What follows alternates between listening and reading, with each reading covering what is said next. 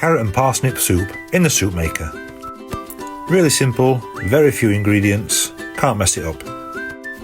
Firstly, some garlic and stock, then about 400 grams of roughly chopped parsnip, and the same again with your carrot.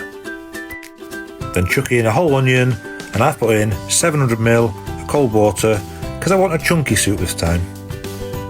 I'm a chunky guy. Then simply put the lid on and let it do its thing.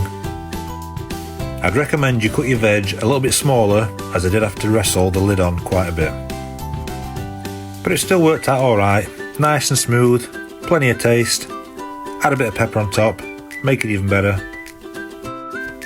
I've not been very well the last few days, so this has picked me right up. Well, either that or the garlic bread that I had with it. Happy days. Autumn is soup season, it's getting cold out there. Warm up, make yourself some soup.